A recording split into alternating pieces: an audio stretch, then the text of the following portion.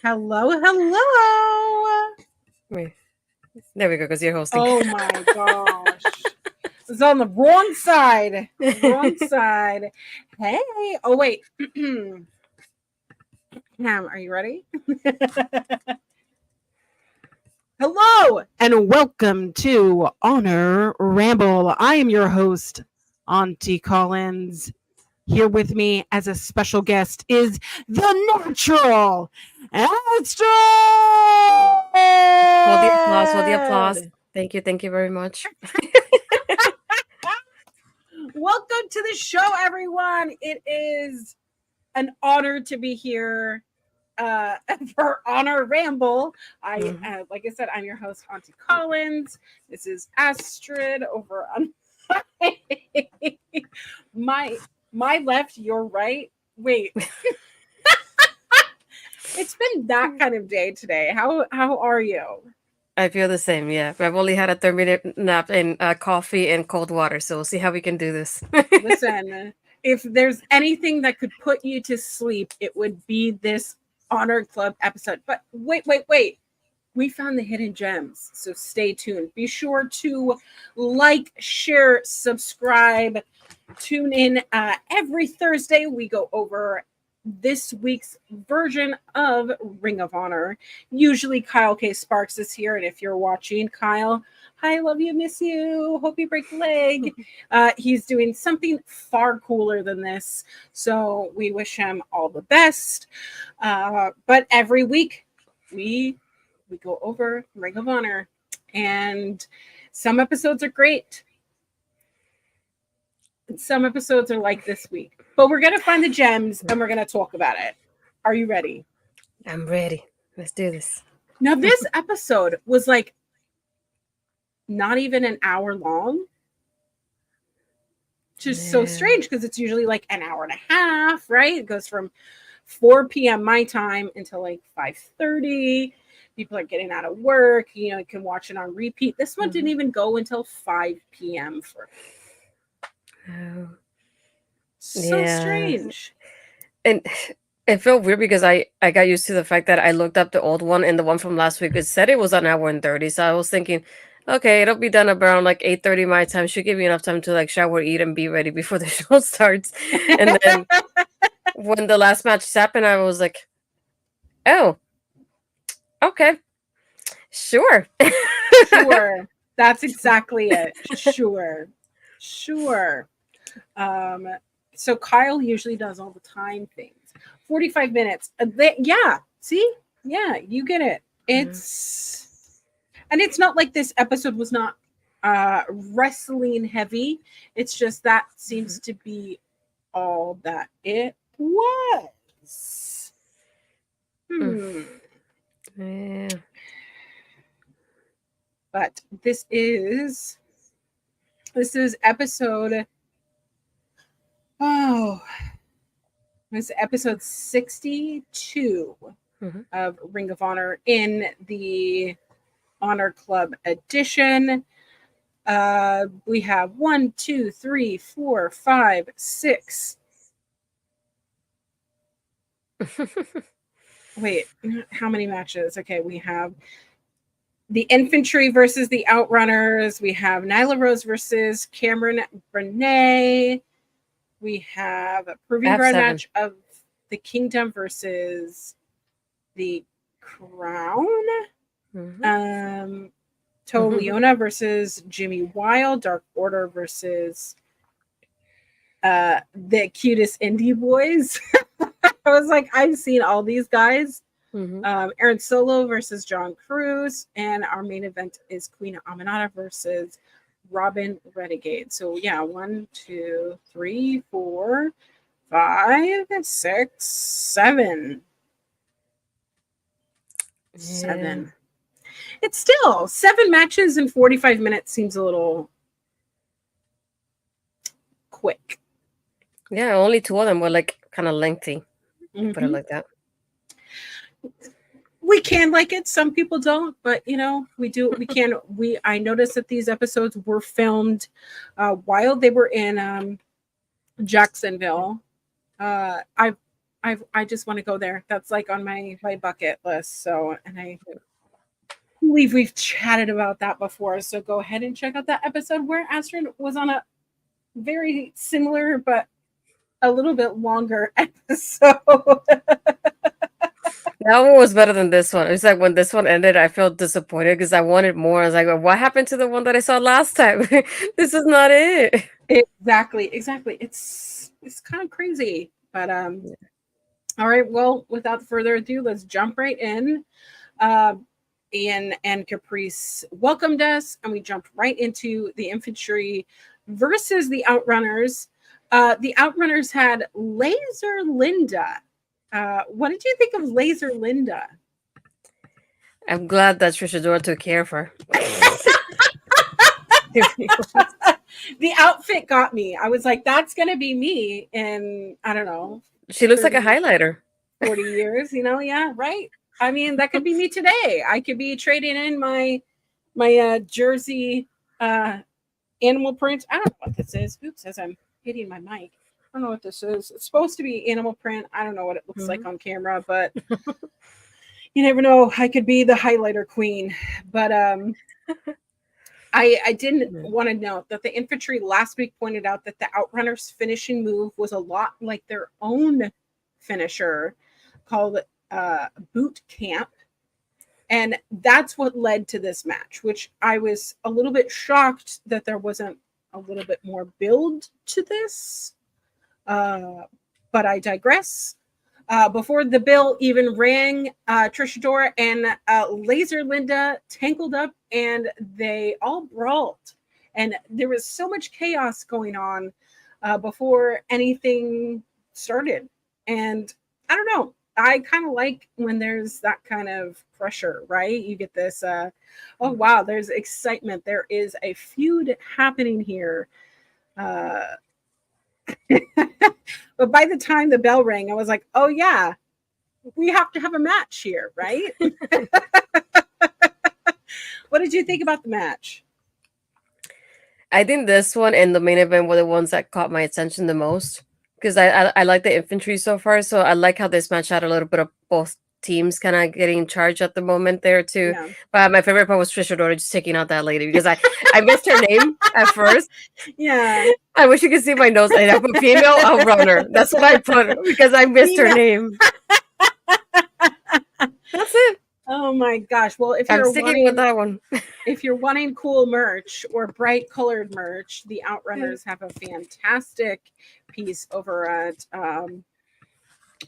Shop Honor on right. It's Shop Honor.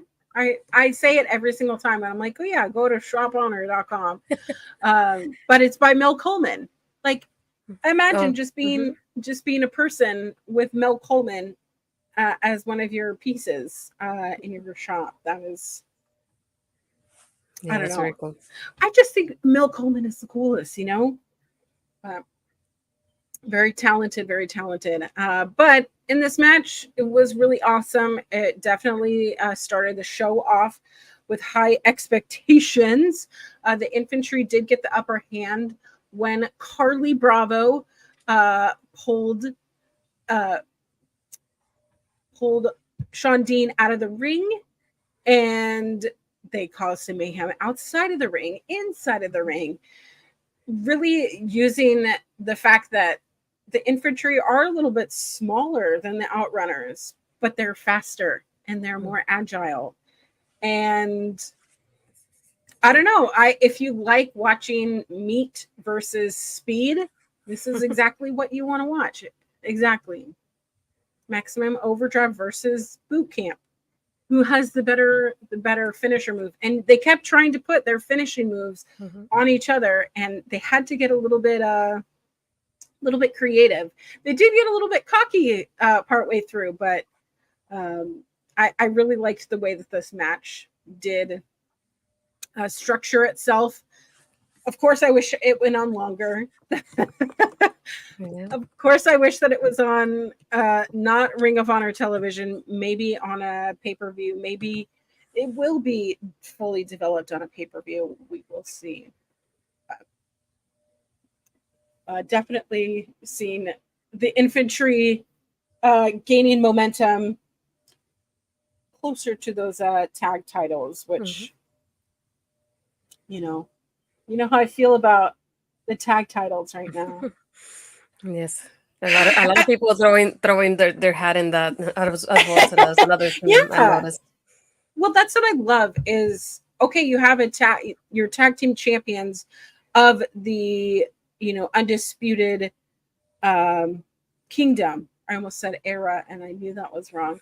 Um, I can't get Kyle O'Reilly out of my head, so that's why I've been Yeah, don't thinking blame about me the there. undisputed era lately. But um, I think with the undisputed kingdom, for the most part, being off television,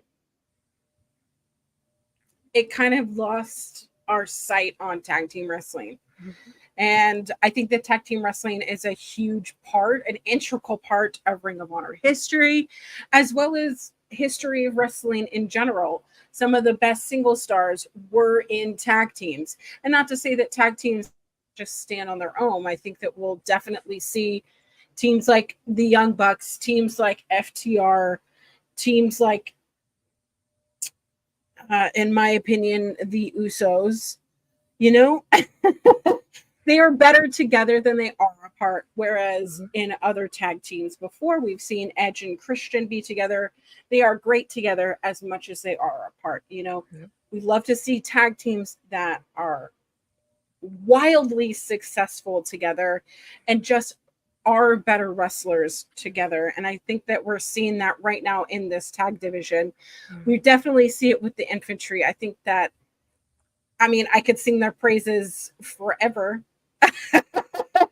but seeing them in an actual AEW tournament, get that upset Yep. right early on, it really kind of cemented that, oh, we are putting fire under the infantry, and the outrunners are right behind them on their tail, and it's going to be a fun ride. And that's what I want. That's what I want on my way to watching wrestling, because nobody wants to watch something just predictable.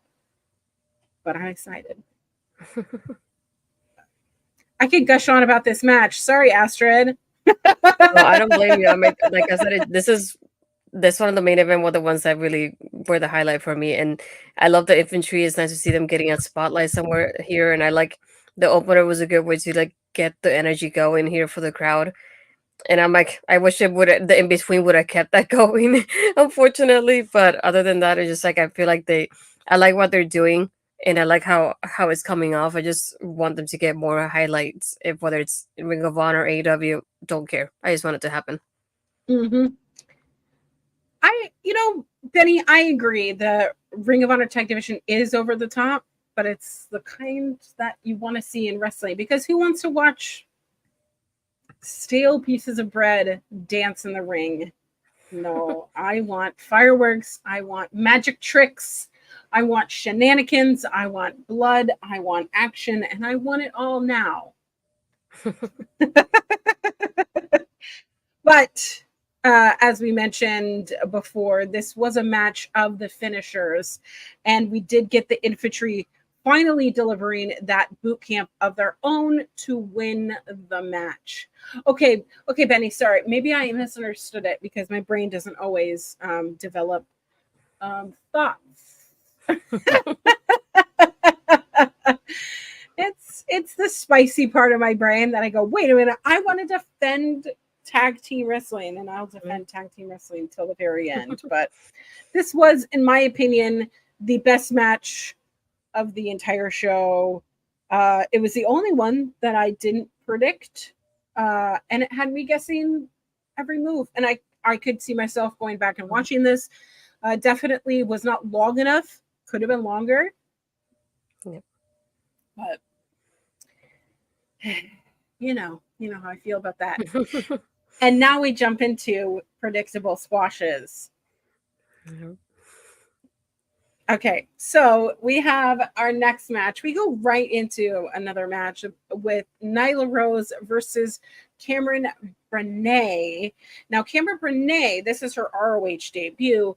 She was previously known as Amari Miller in NXT. I know this because I looked it up and I was like, oh, who is this? Mm-hmm. She was in NXT. Do I remember her in NXT? This is why you have me here. No kidding. Tell me about Amari Miller in NXT. The thing about Amari, though, I felt like she was used quite often in NXT for somebody's debut to like really show them off, and she really did that and highlighted people in that sort of way. Sure. But she never got any kind of direction for herself. Like she didn't have like a storyline for herself, anything like that. It's always like somebody new is coming in, and then we'll put Amari here. She'll show them off, and then we won't hear from Amari for a little while until somebody else debuts again. So I didn't like that aspect of like we didn't get to see her full potential in that sort of way, because she never got anything like, oh, we're gonna give her a character, we're gonna do this. I think the most she got highlighted is when she returned from injury, and they give her that match with like a little jacket and everything showing off like she was returning. Yeah. But other than that, is like she didn't have that moment like that you could say, oh, she has a character, and this is what her character is. Like most of the girls in NXT do have characters, and you can kind of see who's who because of that. She didn't have anything like that going for herself, and she didn't have any kind of storyline that was set just for her to have. So I know she left / didn't resign not too long ago, so it's nice to see her getting this. She was part of the I think it was the Stardom show. She was with the girls as well, doing that, the Queen's and Quest. And then doing this. So I like that she's been in different companies so far, kind of seeing how it goes. But again, it's just like I was disappointed because I like the same Martin Miller. So I'm like, when I see her, I was like, oh, I know it's Nyla, but still, I was not expecting it to last as long as it did, or as short as it did. I don't know what to call it. Sure, yeah, whatever. Yeah, you know what I mean. I know what you mean. Oh my gosh, yeah, her last NXT match that was on. Well, her last NXT match was on. Let's see. There's all these house shows. Level Up. Well, I mean, is NXT Level Up considered NXT? Yeah, they use it sometimes to like develop people before they put them on NXT on TV, or people returning from injuries to like get them kind of going back again before they put them in like part of TV again. So, but yeah, the last time that she was actually on NXT proper was the New Year's Evil 2023 show for that 20-woman battle royal. But her last singles competition was against Lyra Valkyria back in December the 13th. Yeah, that's how it goes. She didn't have a lot going. I liked her like her performances. I feel like she was able to show off herself and then her opponent too. Mhm. But it was like she didn't have like a character. Like when you see like Ariana Grace, you're like, oh, she's like this is her character. She's Miss NXT. She's the pageant Exactly. queen. She doesn't have anything like that. Like could identify for herself to put it like that. But I'm hoping that she's able to kind of find like a character within like just wrestling as a whole that she could kind of display in different companies, to put it like that. This is Mhm. kind of like the thing that I want for her. So, but again, this was not a good start for me. Yeah. I Yeah. mean, this match was meant to put over Nyla, which Nyla in my ring on a television show, hello, she got a huge standing ovation, as she fucking should. I know that Nyla has been on a tear lately, going through, squash after squash after squash. I just want more for her. I want her to be in that, you know, top tier if possible. Um, but yeah, this match was served its purpose as a squash match. Renee tried to get, her set in, but was easily stopped by Nyla. I think it was like 2 minutes and 42 seconds or something. Then I looked at my stopwatch and I said, "That's enough. That's enough. I don't need that." But squash matches are squash matches. I just hate that they are overutilized in Ring of Honor, especially with talents like Nyla. We already know. Oh my God, I'm going to go on a rant. We already know that Nyla is the powerhouse that she is, right? We already know that she can run all the shit, do all the shit, put people in their place. If you need to try, the test the waters of another wrestler, Nyla has been utilized in that space, just like Anna Jay right now has been utilized in that space of, if you can beat this person, then you're ready to move on. If you can't, you have more work to do.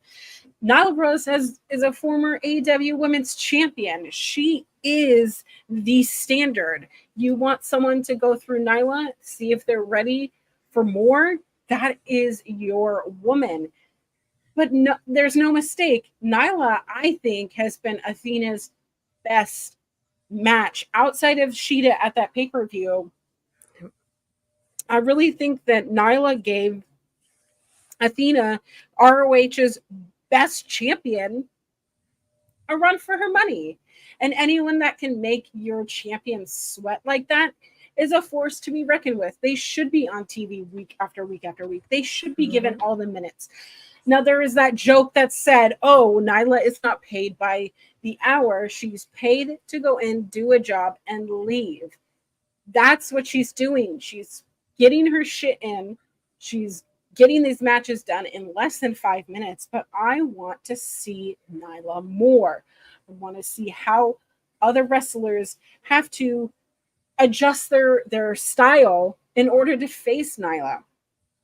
Because if you're a small women's wrestler, you have to completely strategize to get through someone who is twice your size, 3 times your size, especially with how little, Riho is, with how little, well, maybe not so much like Red Velvet. I'm coming to mind of how little wrestlers going up against big, strong wrestlers. I don't know. That is the David and Goliath aspect of it, right? From the Christian Bible, right? You want to see, how does the little guy defeat the big guy, or how do you see the big guy overcome and adjust their style? I don't know. I want to see more, but I don't want Nyla to just like disappear from my television, No, and it makes sense because when you do squash matches, I feel like it makes sense for like, let's say for example, if you were to like build her up, and then she has so many victories that she goes against Athena, and then she loses, but then afterwards you need to kind of do something a little bit different and not go back to squash matches, because it's like going 2 steps championship and then 2 steps back. So it's like it should be moving forward instead of going backwards. So it's like I feel like the squashes, it feels like going backwards at this point, especially with Nyla, because we already seen her do that. So it's like we already know what she can do. Give me a little bit more to like go the extra mile with her. Show me a little bit more of what we haven't seen from her yet. And the squashes we already seen. So it's like I don't want to say it's boring, it's just repetitive at this point. So it's like we already seen that. We know what she's capable of. Show me a little bit more. Show me somebody that's gonna put her over the limit to the point that you're like, whoa, this girl's about to defeat her. And that would be like imagine like an Anna Jay trying to defeat Nyla. Like that's something you think about, like, oh, that's probably impossible. That right. But I want to see it. Right. Yeah. And we see WWE do this all the time. Every time Nia Jax enters a Royal Rumble, they make that spot of eliminating Nia as the key spot, right? That's been Bianca, that's been Rhea, that's been Jade. It's been the entire women's roster needing to go grab her and shoo her over the top rope, right? It's been her going into the men's Royal Rumble and watching men have to try to move the immovable force that she is. So it's not psychology that hasn't been created. I'm just a little bit tired of it and want to see more. So okay. But the match is over. I've talked more than the match was length. Oh my goodness. Oh, but we actually do have promos and backstage segments this week. So it's kind of nice. We go backstage to 2.0. Angela Parker and Matt Menard cutting a backstage promo. Angela Parker said that learning that Ruby Soho was pregnant made him rethink his entire career, and said that he has a new reason to fight for now, which I think is so cute and so precious. And I will cry because, hello, how cute is that? I got a little family at home. Like,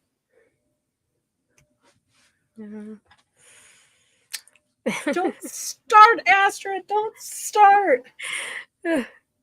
But yes. Matt Menard, every time that he talks, I just want him to keep talking. And he declared that he and Angela Parker have their eye on the Undisputed Kingdom and their tag titles to finally make it to the Promised Land, which is another biblical reference. Is this them challenging the Undisputed Kingdom to a match? I don't know. But yes, 2.0 and ROH, hell yeah. Hell yeah. Yeah, I like them continuing that story because we went from like her saying that she's pregnant on Rampage and then nothing else from them. And all of a sudden now he shows up here. He's like, this is my motivation to go towards those championships. It's like, you should have done this in AWTV so more people could see the continuation of the story of how it started. But I was like, either way, I'm glad it's happening. The funny thing about this, I was writing my notes and I put at the beginning United Kingdom instead of Undisputed Kingdom. And I was thinking, who's United Kingdom? I couldn't unsee it afterwards. But this is what I meant earlier of like, this is one out of 2 parts of like people calling out their shots towards the tag teams. And then one was for the trios. So I was like, I like this promo from them. It just it kind of gives you more of a stronger connection to them, which I like about. So I hope they keep going with it because it was a good start with them. Absolutely. It is brilliant. And I don't know, when you hear people start to cut promos on your champions, you go, oh, that's going to be a match. That is something that we're going to see. Is this something I want? Hell yes, it is. I'm ready for 2.0 to make another tear. Give them all the belts. I don't know. We've seen Matt Menard on commentary so much, and he's such an asset. He's an asset to the wrestling industry, and it's about time that he's compensated for it. So, speaking of ROH World Tag Team Champions, seeing champions on our show, it is a proving ground match of the Kingdom, Matt Taven and Mike Bennett versus the Crown of Leonis and Maximus. What did you think of this match before we even jump into it? Because I feel like you already know how I feel about it. The baseline is seeing your champs, and I feel like we saw our champs, and that's where it stopped.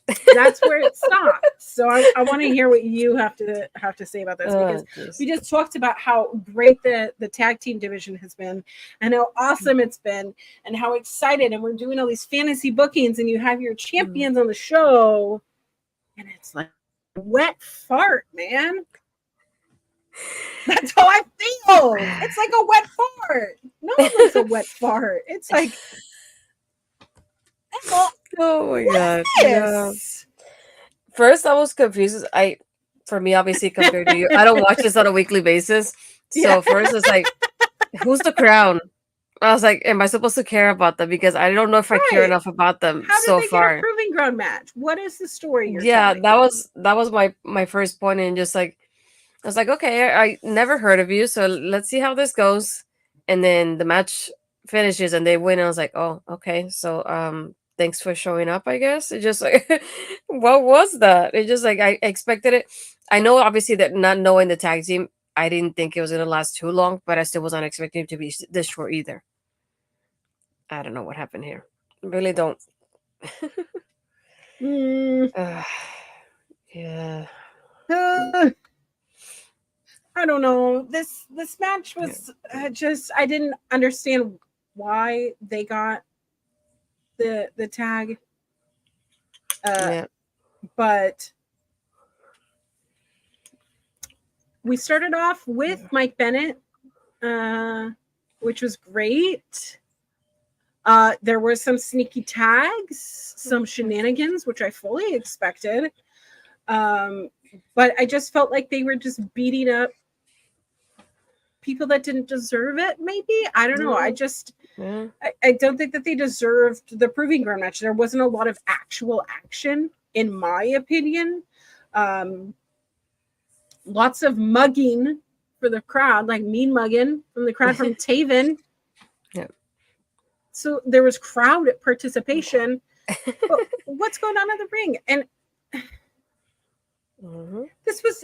this match, there was not a lot of substance to chew from, and I felt like Matt Taven and Mike Bennett were getting a little bit frustrated themselves as well. I mean, they're in the best place ever, and what was happening? I don't know. Yeah, it's just frustrating because I was thinking, I feel like it would have been better to just put. Maybe they don't know who they're gonna put for the next pay-per-view, and that's why this is just like a random team to put it like that. But I feel like it would have been better to like set up with somebody that's a little bit more established, even if you don't go to the pay-per-view, but at least maybe they get a title shot down the line on a different episode. But like to give it to a random team that obviously has zero chance here, and then we're probably not gonna see them again.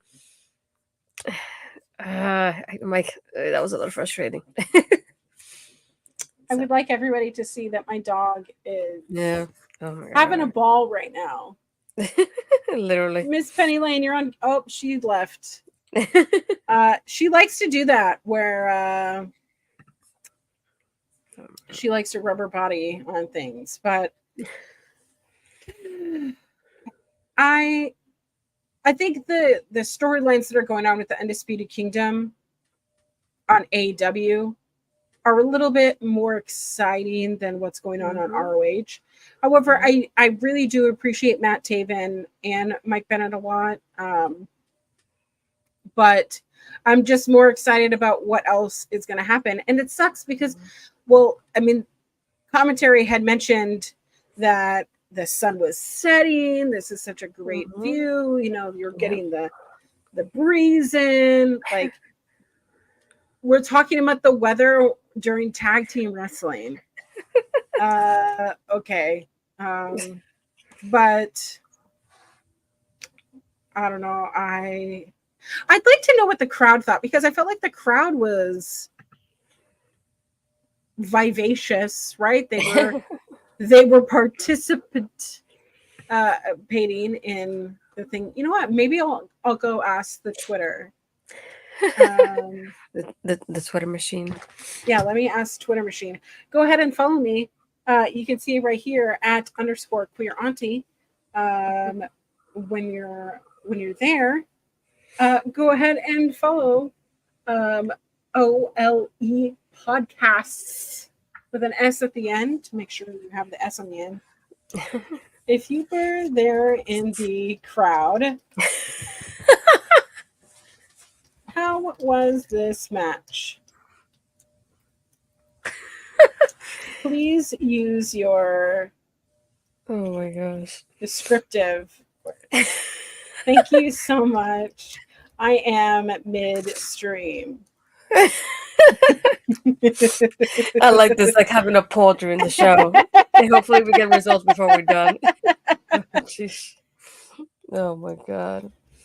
Your answer could be red on drink. Oh my goodness. Oh my gosh. Well, I want to know this feedback. Although I do have to say, I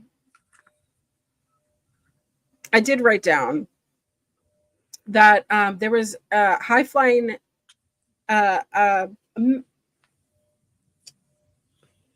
I do have to say, Matt Taven and Mike Bennett, I use their full names. Them together wrestling is very synchronous, right? They know where each other are going to be. Mm-hmm. Their situational awareness is, I mean, they've been wrestling for like 20 something years. I don't know. I made up that. I don't know how long they've been wrestling together, but it's been a long time.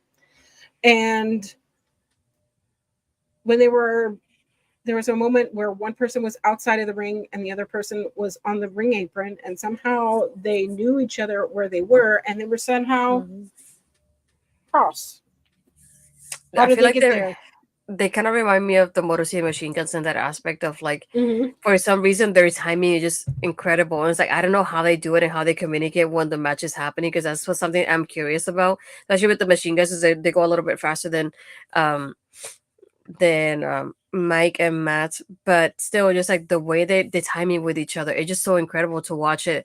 And it's like, how do they do it? It has me so curious. It's like, I wouldn't be able to communicate that fast enough to be like, you go this way and I go that way, we'll do this next. And I don't know, it's just that kind of part, it always has me curious about it. Okay, but imagine being like that predictable of like, this is what you always do, and I'm going to read off of it, because I don't know about you, but I am not predictable at all. You think I'm zigging, I'm gonna zag. You think I'm gonna zag, I'm gonna probably zag. I don't know. We'll see. I don't know. It's up in the blue. But just imagine being so in sync with someone that you're like, well, I think he's gonna zig, but he might zag, so I'm gonna prepare to zag, and then adapt if I need to. They're just so great, and that's why they're the champions and I am not. But this match was 10 minutes, and it felt every bit of the 10 minutes to me, and it's nothing to do with the Undisputed Kingdom. I just didn't understand, but I like them, and I want to see more of them. So more matches, better for television. Happy for me. Aww. Okay, Mr. Chris Faithful, getting the job interviews, getting yourself out there. I love to see that.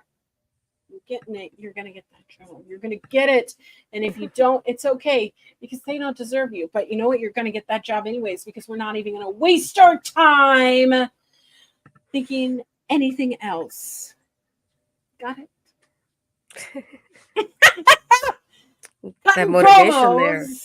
Yes. I mean, since they're new in the chat, just since you're both on YouTube, because I can see that too, make sure to subscribe to the channel, click on that bell to be notified when we upload or go live next time. Like the video. Let's go. Can you like it? Because right now I'm looking and it only has 3 likes. So I think that everyone should go like it right now, and satisfy my desire for making numbers go from small to large. How's that for saying I need attention right now? Give it to me. Oh my gosh. Well, we jump from that tag match into one of the best promo segments I think I've seen on Ring of Honor television, outside of the entire series, we can call it, that is Dalton Castle and Johnny TV right before Supercard. Well, we have JD Drake cutting this backstage promo. If you do not know, JD Drake and Anthony Henry are in a tag team together called the Workhorsemen. Anthony Henry and Brian Keith were having a match outside of AEW television. Both are signed to AEW.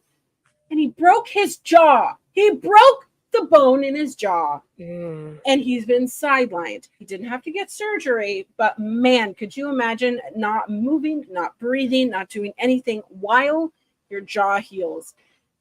Somewhere in between, he got released from AEW and then rehired. Which I think rightfully so, Tony Khan, if you're watching this. But we have JD Drake still trucking on, cutting this backstage promo, saying that he's felt lost this past month. He said he recalled a story about how his granddad used to give him a $2 bill to remind him that when times get tough, there were only two options: quit or go back to work. Get back to work. And he said, while the workhorseman may not be a thing for the foreseeable future, it is time to be the workhorseman. And I love that he used a $2 bill, because when is the last time you saw a $2 bill? A long, long time ago. JD Drake must have them all. That makes more sense. Yeah, JD Drake has all the $2 bills.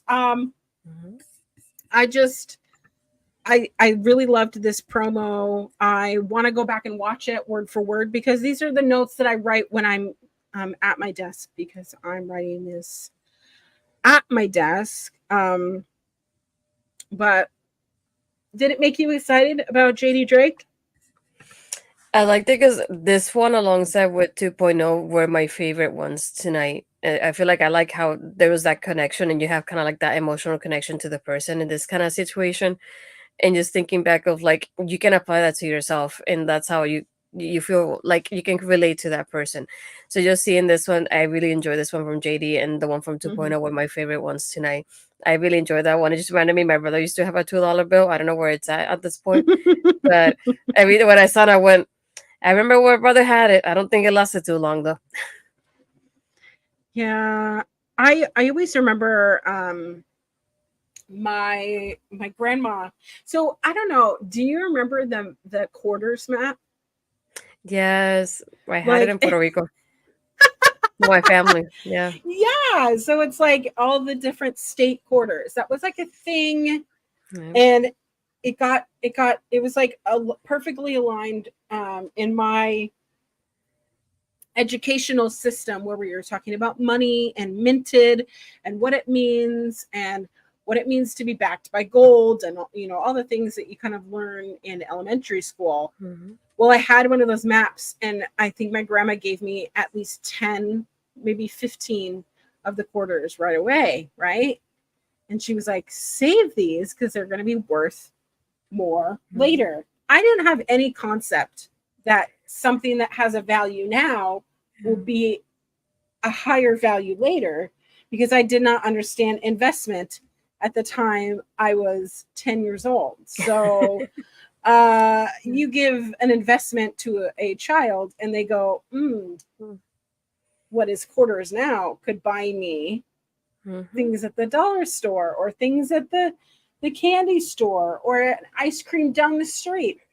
This money is money now that could be an instant gratification instead of waiting. And sometimes there were other quarters I could have used probably. And now some of those quarters are like worth so much. I kind of want to see if I can find that map again, because that would be so much fun. And I mention that just because it is not the monetary value to JD Drake, right? It's not that he has $2, right? that he was given a $5 bill and only four. He took a $5 bill to get change, right? What did he say? It's like a $5 bill to split up or whatever, and he only got 4 bills, and one of them being a $2 bill, which reminded him of his granddad. And I think that JD Drake understands the value of something beyond its actual worth. Mhm. And I don't know, TV title.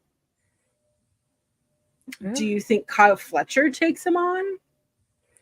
I mean, we also have him as like Wheeler's still champion, and he's been off TV. It's like, Where is can we he? get some? Can we Milk get somebody carton new? boy. Can we get somebody new that's actually on TV, like at least almost on a weekly basis or constant How basis? cool would that be? Oh my gosh, yes. I like that one. At least to give him a chance to do something different. Absolutely. I agree. 100%. Yeah. But from that promo, which I obviously talked about longer than the promo actually was, we go right into a match that had me going, huh? Mhm. What? Toa Leona, who's in the embassy, versus Jimmy Wild. I don't think I've ever. That's not true. I've watched Toa Leona in a single.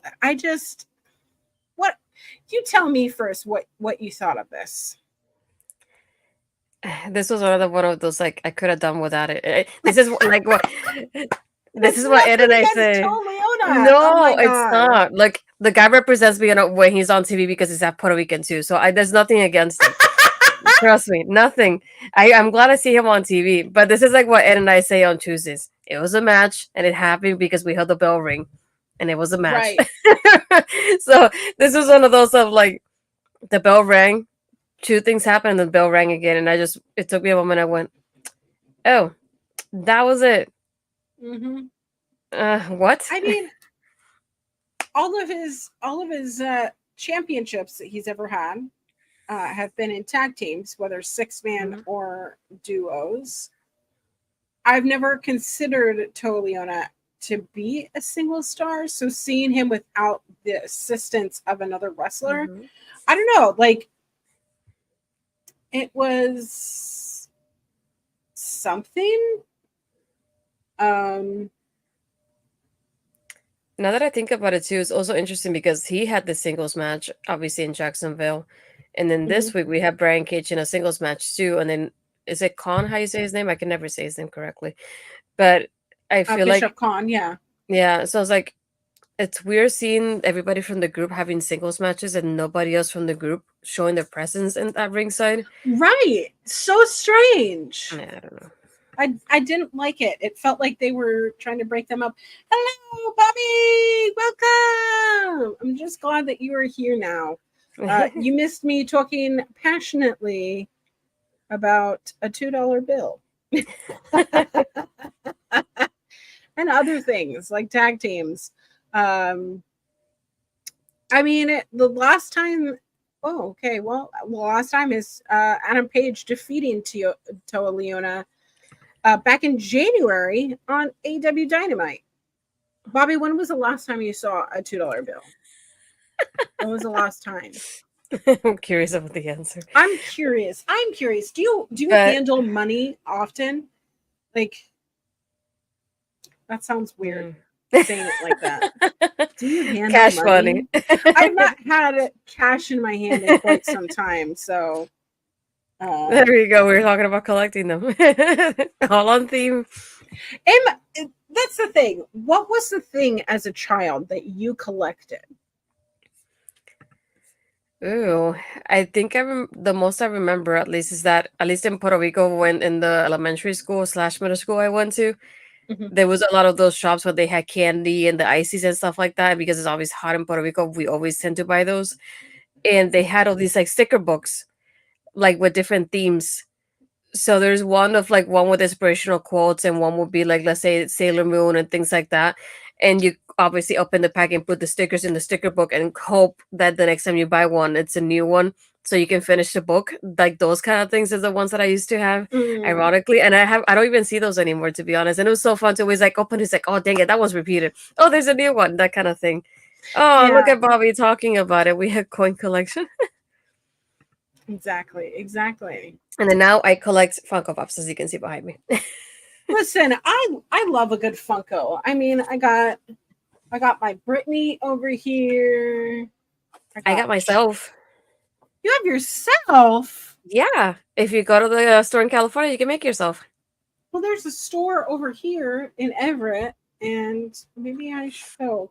Yeah, I'm go just check. realizing these have dust on them, which is Yeah, I have. disgusting. I went this. Well, this I made this one in the headquarters. This is I like how we like going off topic of Ring of Honor again.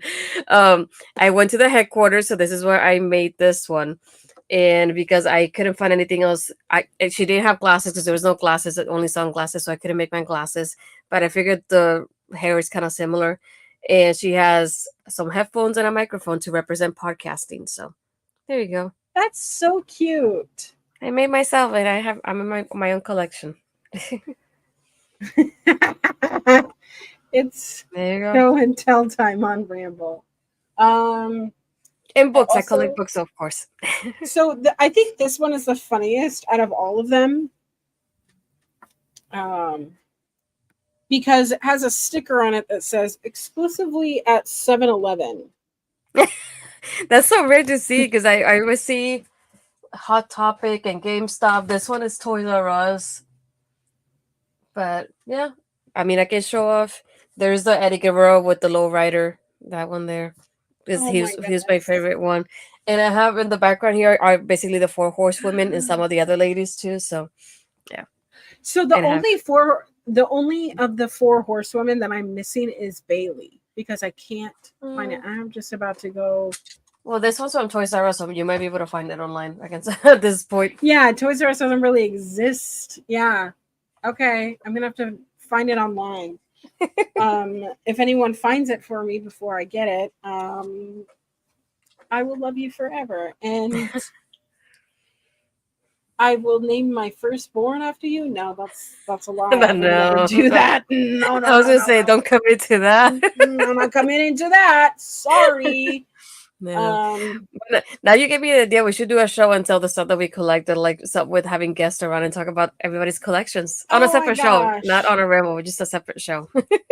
I mean, I also have my this is my little mascot at my desk. It's so that's obviously something that I really like is Pokemon. And then all my Scream stuff. So yeah. If you get me anything Pokemon or wrestling related, you know that we will be friends forever. So maybe that'll be it. You'll be invited to my birthday. That's a good one. See? Oh my gosh. All right. Well, we were starting to talk about this match, and then we started talking about collectibles. It lost the leg of the match too. So yeah, it is strange that Tio Leona didn't have anyone from the embassy out with him, not even Nana, which is so strange. Yeah. But I do agree that Tio Leona is a very he has potential. He just needs some more seasoning. I'm guessing. Absolutely a beast to look at. He is smaller and like he's not smaller. He's leaner, obviously, than like Brian Cage. But next to Jimmy Wild, who looks like you picked him out of a middle school. And Wild is just like, what am I doing in this ring?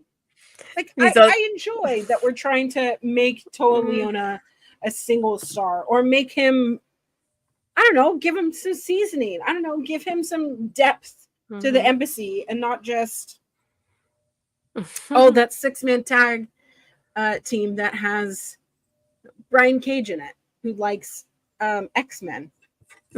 That's my opinion of Brian Cage, is that he's really big and he likes X-Men. Yeah, but good for you, honey. I prefer like Con and Toa together. I don't want to say I Agreed. don't care about him, but it's just like if I were to rank him, Brian Cage would be the last one for me in the ranking, to be honest, because it's not interesting to me. It really isn't. I mean, But to call this a squash match would imply that this is a match to begin with. I mean, the bell rang. Unfortunately, the bell technically rang. But I'm pretty sure we saw Jimmy Wild appear on ROH for the first time and die on ROH, you know? I hope he's okay. I hope so, because that'd be really, really depressing if he was not, you know? Yeah, I'm like either way. If the plan is to like do something with Toa, I would like for him to get some direction quickly rather than just do squashes out of nowhere for a while and just have I nothing mean, else for him. commentary What's was the point? mentioning the app, right? Have you played this app game, The Rise to the Top? No. I downloaded it.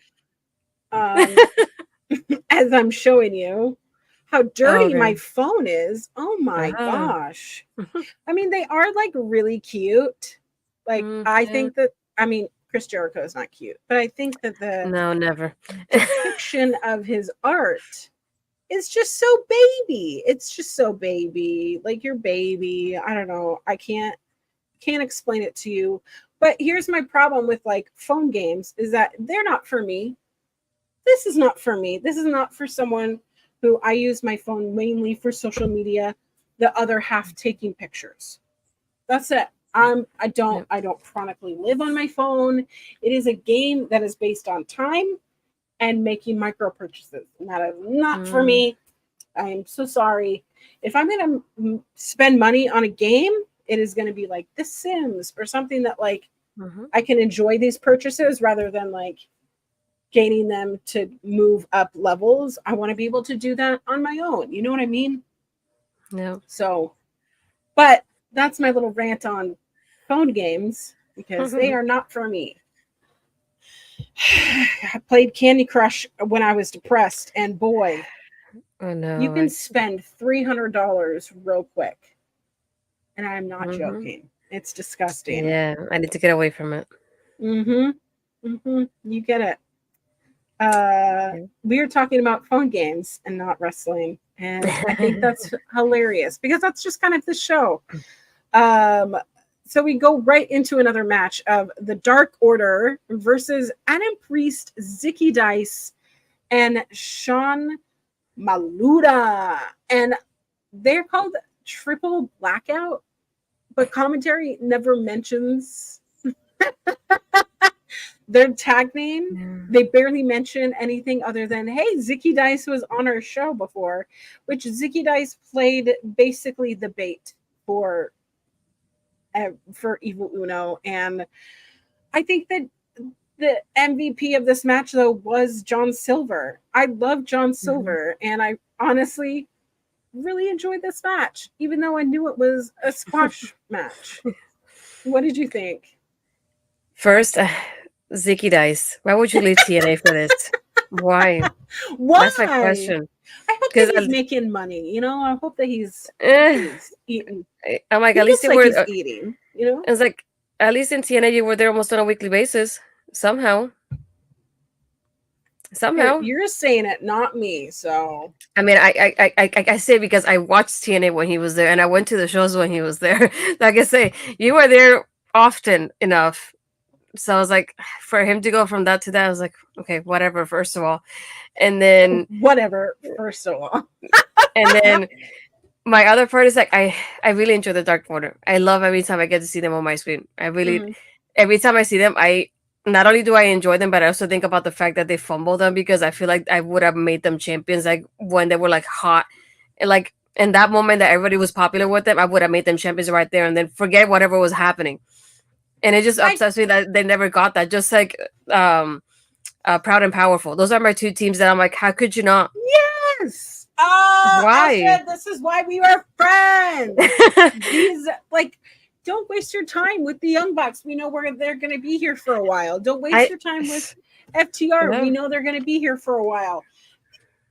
it's that point, right? That when the Dark Order was like having their little whatever, especially right after the Hangman stuff, and they were so hot. And I will never forgive AEW for not putting them over. No, and I don't get it because to me, if they're already popular and you make them champions, they're gonna get even more popular, and it helps you not only with the merch and stuff like that, it'll help you with sales later on. And them and Proud and Powerful, they're obsessed with that. They never they never had a run like that was decent enough. It's like, don't get me wrong, I love the Young Bucks. FTR is like all right for me, but the Young Bucks are like one of my favorite teams. But the Young Bucks are the EVPs. They could hold off on being champions for a while and give the opportunity to somebody else. And I would have liked to see that with the Dark Order. So whenever I see them, it's like I feel like it's bittersweet because I love watching them, but I also think about that in the back of my mind. And again, here it's like they show off or they're so great, even as the trios here, because Evil Uno does great, and then and Silver, like you said, is definitely the highlight here. I love how he moves and the way he moves so quickly and the way he does it. It's just so smooth. It's like, how could you not want this guy as a champion? And at this point, if you do it, it just feels like it's just too late now at this point. It's just like, I don't like it. And seeing them here, I was like, I enjoy this. I enjoy the chemistry they have with each other. I forgot who it was, but they were when they were holding the person out for Johnny Silver to like put them on backwards and hit them the way he did. I was like, see, stuff like that. It looks so unique from all three of them. And I enjoyed it. I was like, I wish I could see more of this. And it's like, not only when we had them with Brody Lee, I was like, I feel like that would have been the moment of like making them champion when he was TNT champion. You know, show them off and like say how powerful they are in different divisions here, taking over the divisions. I would have done it by now. So it's one of those that it feels like now the timing just it got lost, to put it like that. And it's like it doesn't make sense to me anymore. And again, I love what Ivono does in AEW. I like that he does so many other things aside from wrestling, because now he has that video game podcast too. With Adam Cole. So it's nice to see him doing other things. But again, I just like I wish he was highlighted more often. Like the last time I was on Honor Ramble, I like that match that he had as well. And it's like that was really enjoyable. And like things like that, I love to see. But it just makes me upset. And I'm like, they never got that run. And I was like, dang it, that would have been good to see. But I agree. That's my rant. Look at us ranting about our tag teams today. Yes. A little passionate, you know. It is the girly, it is the it is not just Honor Ramble, it is Women of Honor Ramble. Honestly, you get it. And we want to see more things like that. But yeah, this match I had fun. And Johnny Hungy did exactly what Johnny Hungy does. Mean mugging, and I don't know, I loved it. The Dark Order triple teaming and then getting the pin. I mean, where do I sign up? Yeah, just keep it going.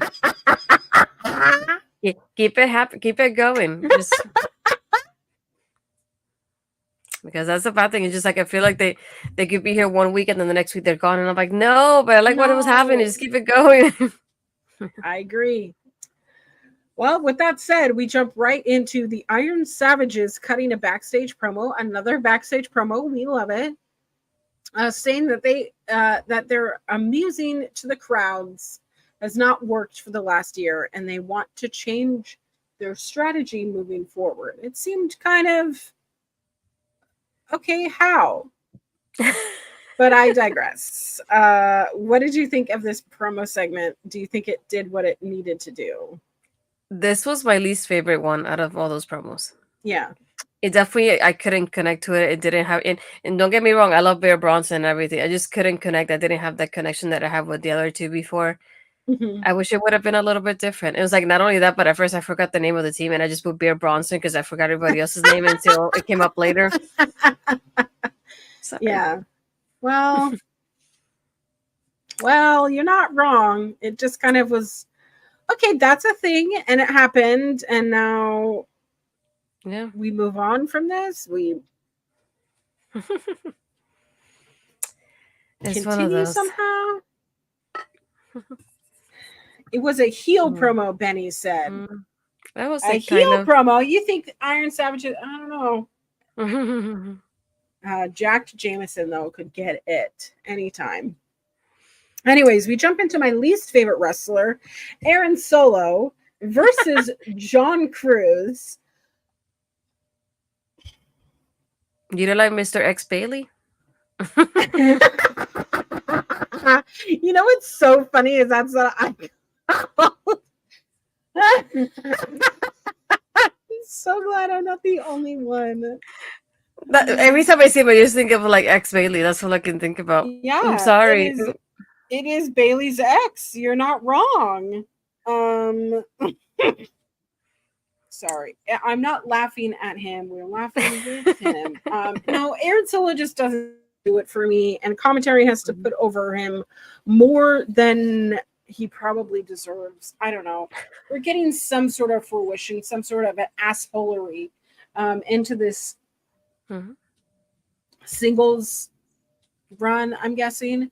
But we saw the writing on the wall for this match. They are a great pair. If I saw them on any other show outside of their personas, because we know that John Cruz is our enhancement guy, right? He is Serpentico. What? You What? know that? What? You know that? Never. No, I knew that. Oh, I was gonna say, don't scare me like that. Listen. I'm gullible, but I'm not that gullible. And I know that because of Cage Match. Honestly, a couple 2 years ago, maybe a year ago. I know. He has like 3 personalities, is what I call him. Serpentico, John Cruz, and I forgot the other name is. Which, if you Bendejo. Yeah, I was gonna say, if you say it like that, it's a bad word in Spanish, a curse word. So you can tell. Yeah, if you're Puerto Rican and you say that really fast, yeah, it's definitely a curse word. So, just letting you know. But it's just one of those, like, every time I see him, I was like, this is the man with the 3 personalities. That's all I can think about when I see him every time. And one of the few Puerto Ricans I don't have a thing for. Like, I don't like him like that. Every time I see him, like, do I have to see you again? Like, why? Especially, like, if I could say all 3 of them, Serpentico's my favorite one. John Cruz I could do without, and that one I could do without. I really don't care about him otherwise. And with this one, Aaron, though, it's like I like that Aaron was having like a little bit of personality when he was on QTV. Right. And then obviously QT left.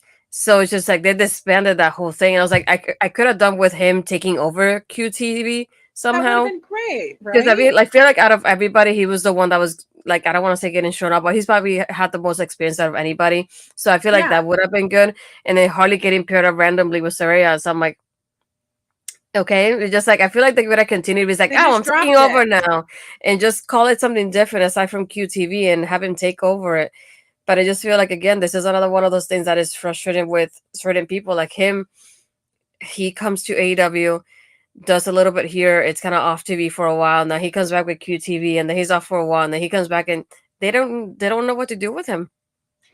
That's the thing, because I feel like the character he is just not translating. And a couple of weeks ago, he was versus Lee Johnson, and it was just that assholery that I'm like, yes, give it to me. Even if this is the oldest game in the book of I want to start being a heel, I'm going to kind of start being like a little dick to you, right? And I always think Blink 182, like that, like persona of like, I'm gonna pants you. I'm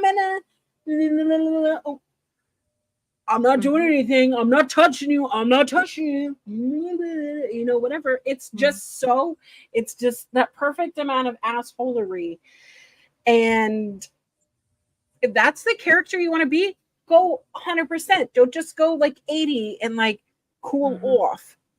Commit to it, and that's all. Maybe that's what his issue was with Bailey. I don't know. Maybe that's his issue in life. Sometimes that's my issue.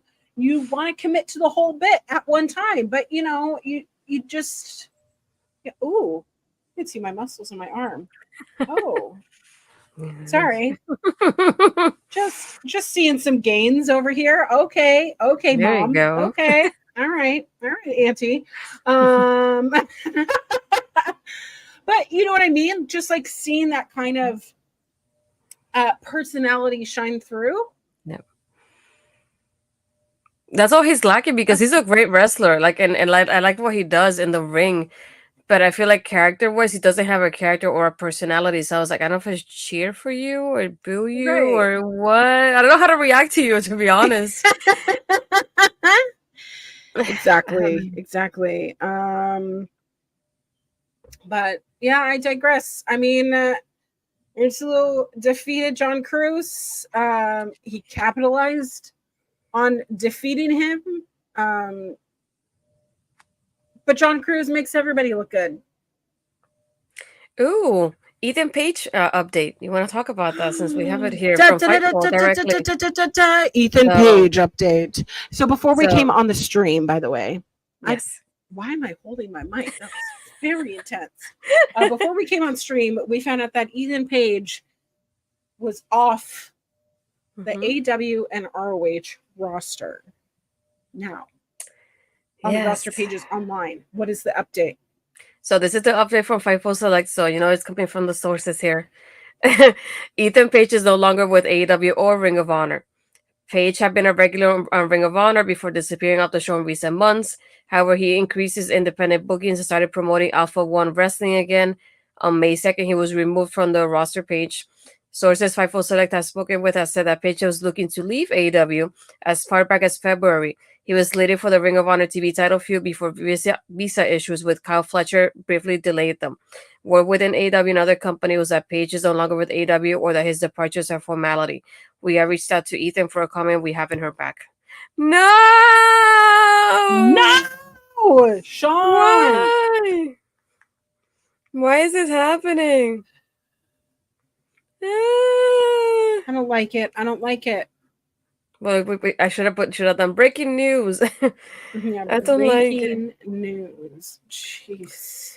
And I hate it because I liked him with Josh, and I didn't get to see a lot of them together in TNA. But when Ethan said when Ethan showed up in AEW, and I was like, oh, that's cool. And then you could kind of see Josh getting a little highlight on TNA ever since Ethan left. And I was hoping that would happen for Ethan in AEW. And then I feel like, again, it's one of those people, like, you see him and the crowd's behind him and he does the thing and he has a connection with the crowd and then he's off TV and we have this game of like he's on and off TV. And then I remember you guys mentioning that he was supposed to be in the Ring of Honor title picture, and then all of a sudden he just disappeared. And it's like, and I had a bad feeling. I was like, I don't know if I like this. Yeah, we've been saying it, and then it happened, and I don't like it. No, that's frustrating. I wonder. Well, I was gonna say, it'll be curious if he went back to TNA, but I don't know. We'll see how that goes. He's just the cutest and worth so much more, you know? Disappointing. Well, somehow we moved into our main event. How did we get here? We have Robin Renegade, which is the taller of the Renegade sisters, versus Queen Aminata. I did want to note that the ROH Women's Champion Athena and ROH Women's Television Champion were watching backstage. I was not expecting this to be the main event. Yeah. Maybe not so soon. I don't know. The sun was setting during the show. We were still in Daly's place.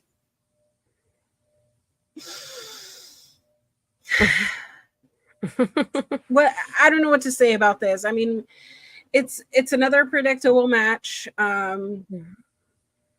Last week, Aminata formed an alliance with Red Velvet.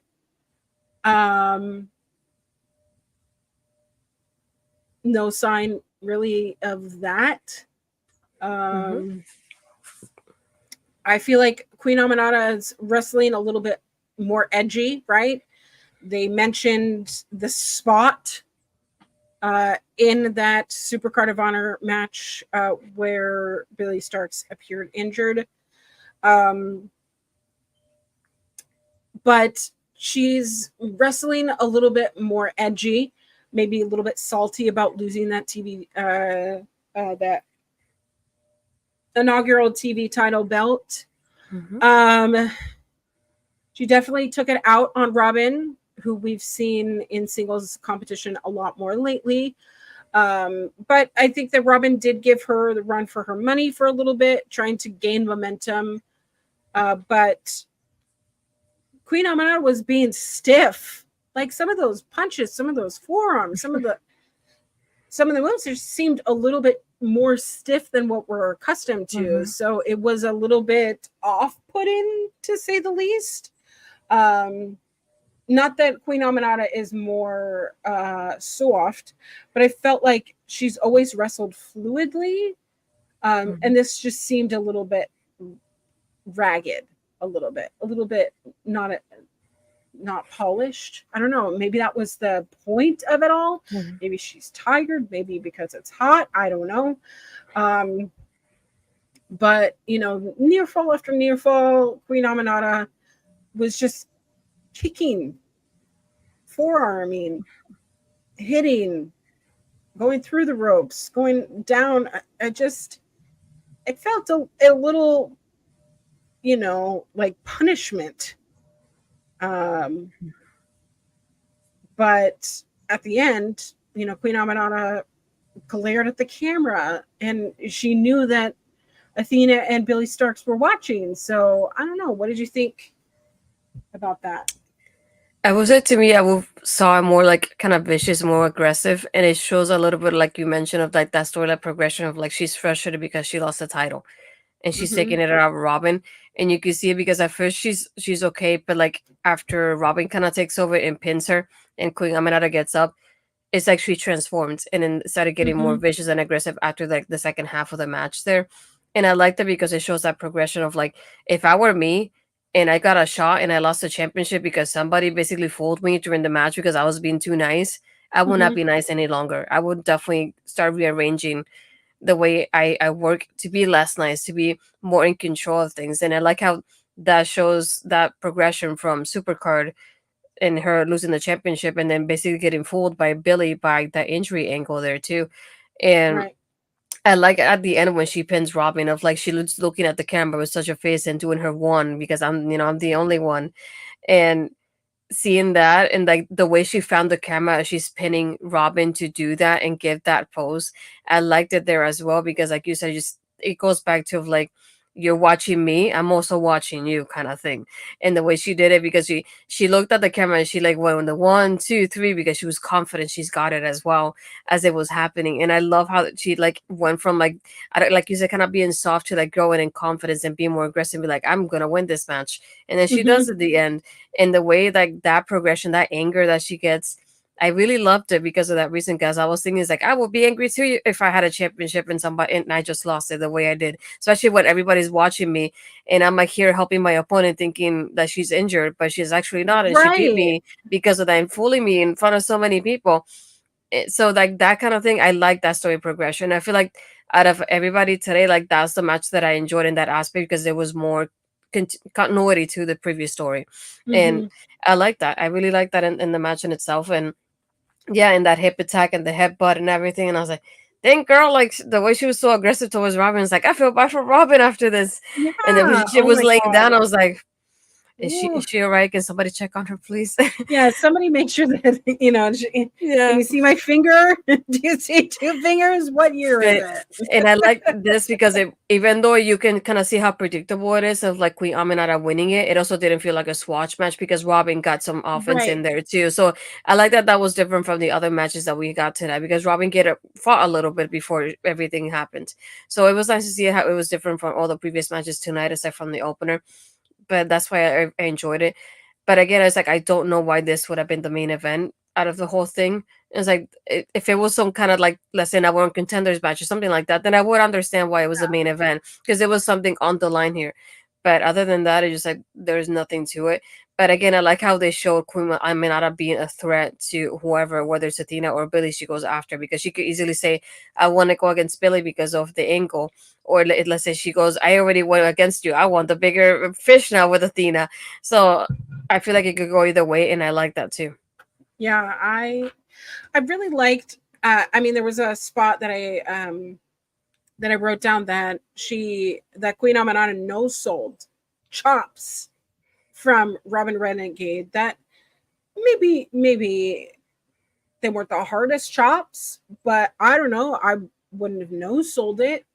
Um, but I think that having it be the main event was interesting to pick, simply because I they were telling more of a story outside of the actual wrestling ring, and I'm okay with that. That there was more subtext to what was actually happening. Yeah, you had bell to bell action, you had actual wrestling going on, you had one person 1 2 3 over another person, but there was so much more going on. Psych can I say the word psychologically?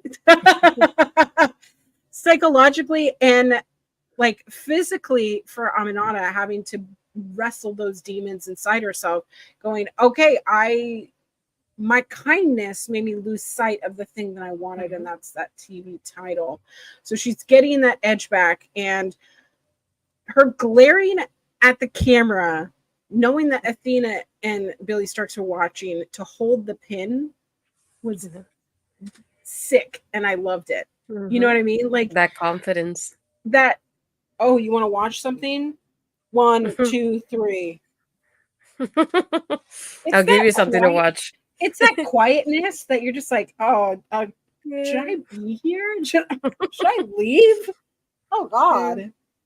But I liked that storytelling, and as we went off air, it did make me excited about what's coming next.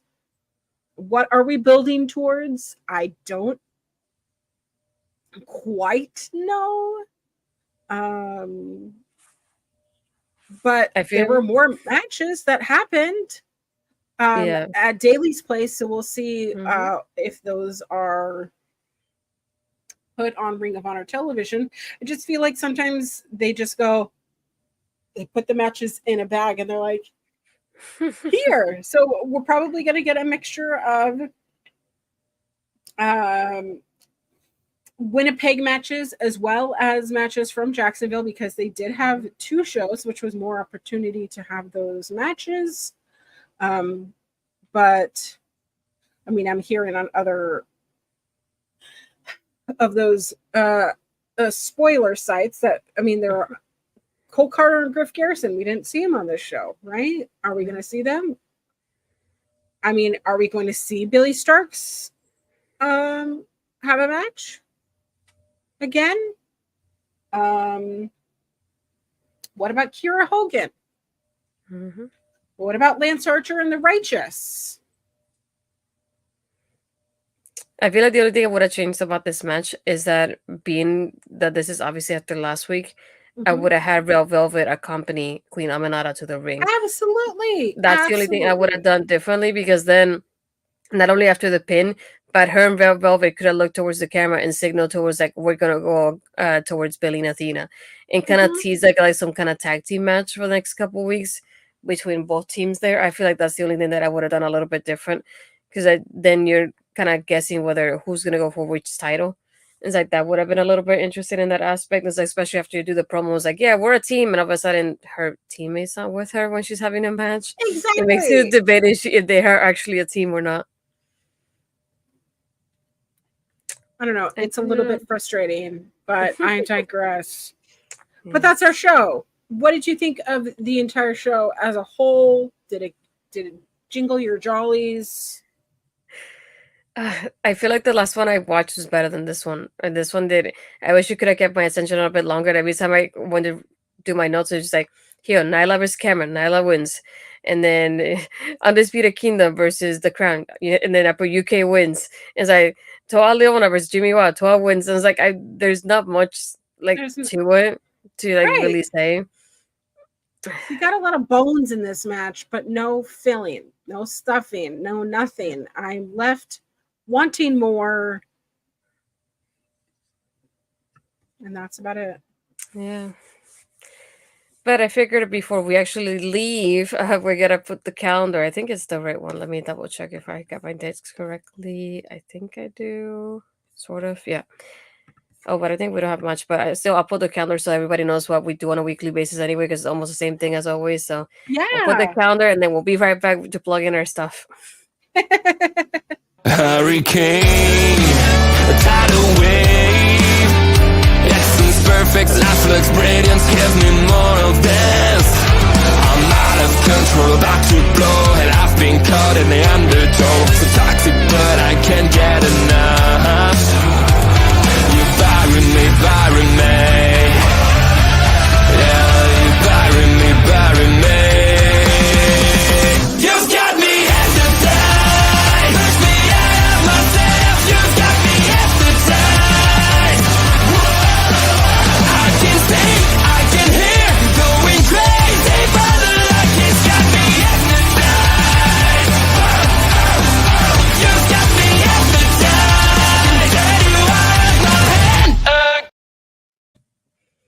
Yeah, I was gonna say if you haven't seen them, go watch the watch longs that we did for the draft. We had one on Friday for that, and then one on for Raw as well, which were super fun to just to watch. Not only the one on SmackDown that I did with Ed, but the one from with the guys. It was we got some guys competing to see who does the Green intro the best, and I wasn't even a spin, and I won.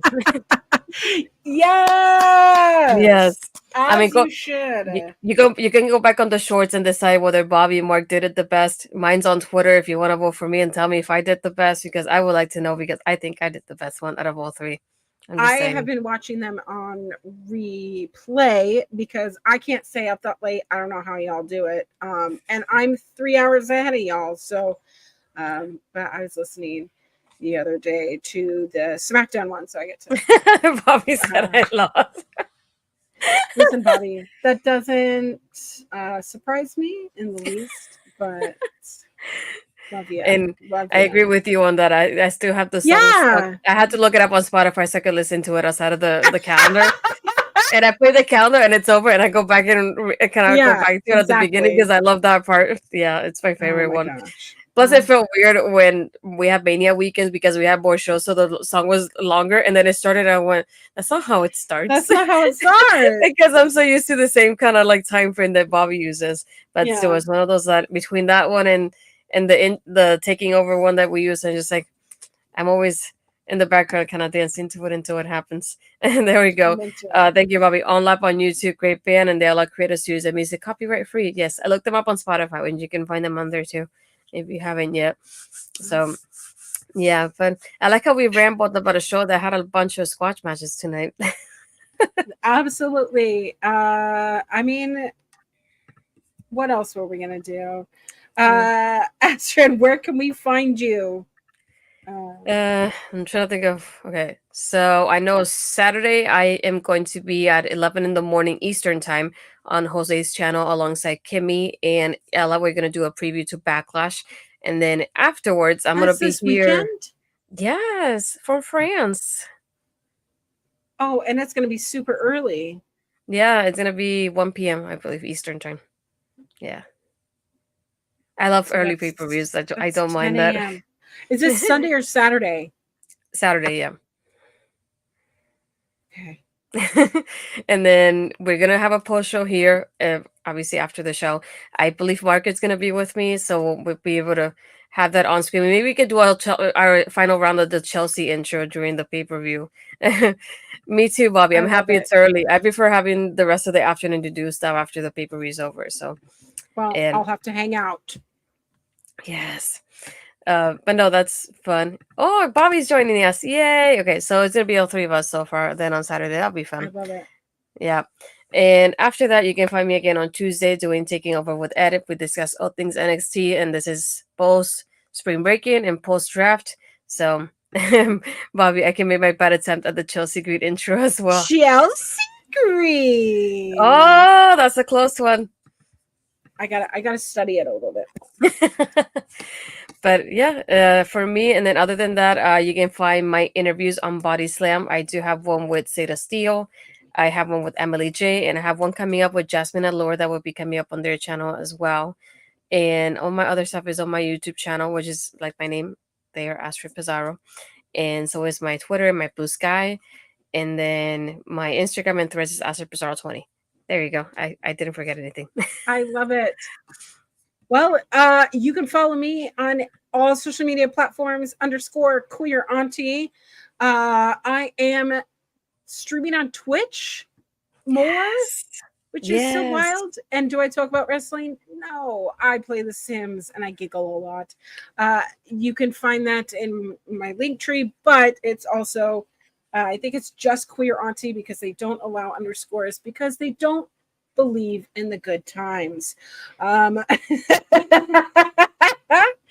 can find me anywhere. I might follow you, I might not. It's okay. I'm having fun on the internet and you should be too. Tune in next Thursday. We'll be here. Will Kyle be back? I don't know. We miss Kyle so much. Yes, Ed, an Honor Ramble done before midnight. The show was only 45 minutes and we've gone on for an hour and 30. And 5 of those matches are squash matches. So it's yeah. We discussed it more than the match lasted. We talked about our collectibles. So I think this was a great episode to make nothing into something. But you could also find me over at Fightful Overbooked on Sunday mornings, where we talk about how wrestling made us cry with my co-host, Kylie. So if you like crying, or if you like Ring of Honor or me, follow me anywhere. With that said, thank you so much for being here. I love you so much. Drink water. Be kind to yourself. I love you. We love you. Happy wrestling.